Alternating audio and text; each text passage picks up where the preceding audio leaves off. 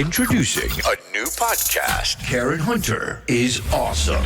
If you like me on SiriusXM Urban View Channel 126, you're gonna love me. And Karen Hunter is awesome. Hey, this is Karen Hunter, host of the Karen Hunter Show on SiriusXM's Urban View. Karen Hunter is awesome is an actual podcast to bring heat and energy and knowledge and power. A 1-2 punch that I don't think you get anyplace else. Tell the truth. So check out the podcast wherever you get your podcast. You will not be disappointed. Karen Hunter is awesome. A new podcast from Karen Hunter. We sit here every day. I think we do probably one of the best shows anywhere on radio. I just feel like it is. I feel that I can't prove it, right? I can't prove it, though, right? Because the numbers will tell you there are other people, you know, who call themselves weird names who are way more successful at gathering an audience, including like a Joe Rogan, right? He has a way bigger audience, right, of people. And I don't think he's feeding folk nearly as well as we are here in terms of the plethora of goodness, right? Yeah. But the numbers didn't lie, Drew. The JJ was a hit because he made, and this is the thing that, you know, I used to grapple with, making, and getting back to your thing about the white anger, making white people comfortable is lucrative.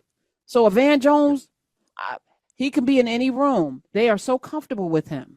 Yeah. I question people who make people comfortable, who are in positions of power and who consider themselves allies. Those are the most dangerous. Right. Yep. And they'll have black friends, but black friends like that. The people that are friends with Bill Maher, you know, I'm uncomfortable with you. Right. Yeah. The people who for are the people with that Andrew Chris Schultz. Rock is their black friend.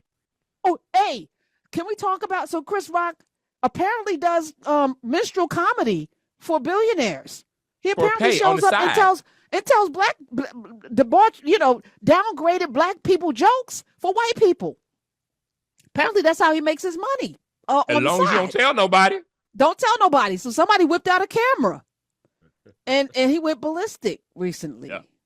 Telling a joke that was not very, it was very racist. Very racist, yeah. Very racist. Well, we saw him let white people say the N-word. And Right. it was Jerry Seinfeld that was like, I'm not comfortable with this. He's like, Not Chris don't put Rock. me It in was, this. I don't like this at all. Nope. Don't say that word around me. I don't like it. Jerry Seinfeld, white man, had to tell the people, I'm not. Chris Rock was like, yes, more of that. Yeah. You know, what I got so much heat on Twitter about saying, like, I felt like Chris Rock's been problematic ever since that he sort of, to me, exacerbated the angry black woman trope. Like, if you go back to Chris Rock, to early Chris Rock comedy, he has probably 20, 30 minutes of talking about why are black women so angry. If you go, I mean, it's right there. Like, you can go back and listen to it, and like, it's boom after boom after boom. It's like, we have like black women just being angry. Why are they so mad, right? Or I'm trying to date them and she's just mad, right? I've disliked Chris Rock since then. As somebody who's listening, I was like, this ain't that. It's the delivery is funny, but what he's saying is fucked up.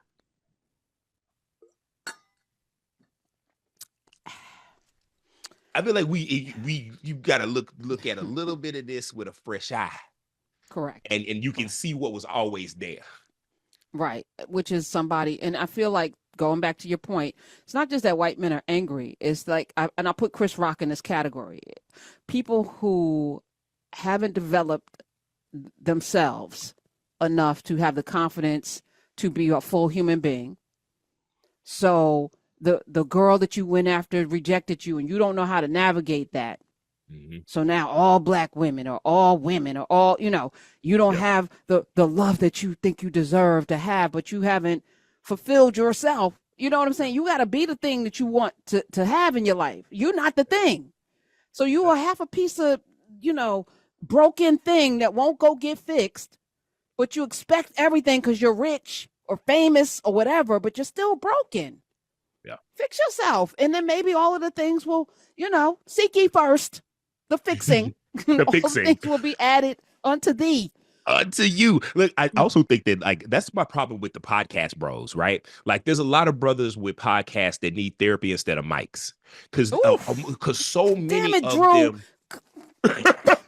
them, so many of them are fully heterosexual men who hate women, and they get on these podcast mics and say this crazy stuff because they angry, mad.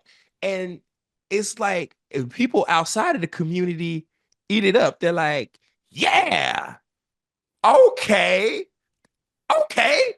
That's how they are. That's how they all think. Or I didn't have to say it. A whole black man said it. Right. And it's wild that like I've always felt like that there's just this market for black people who hate black people.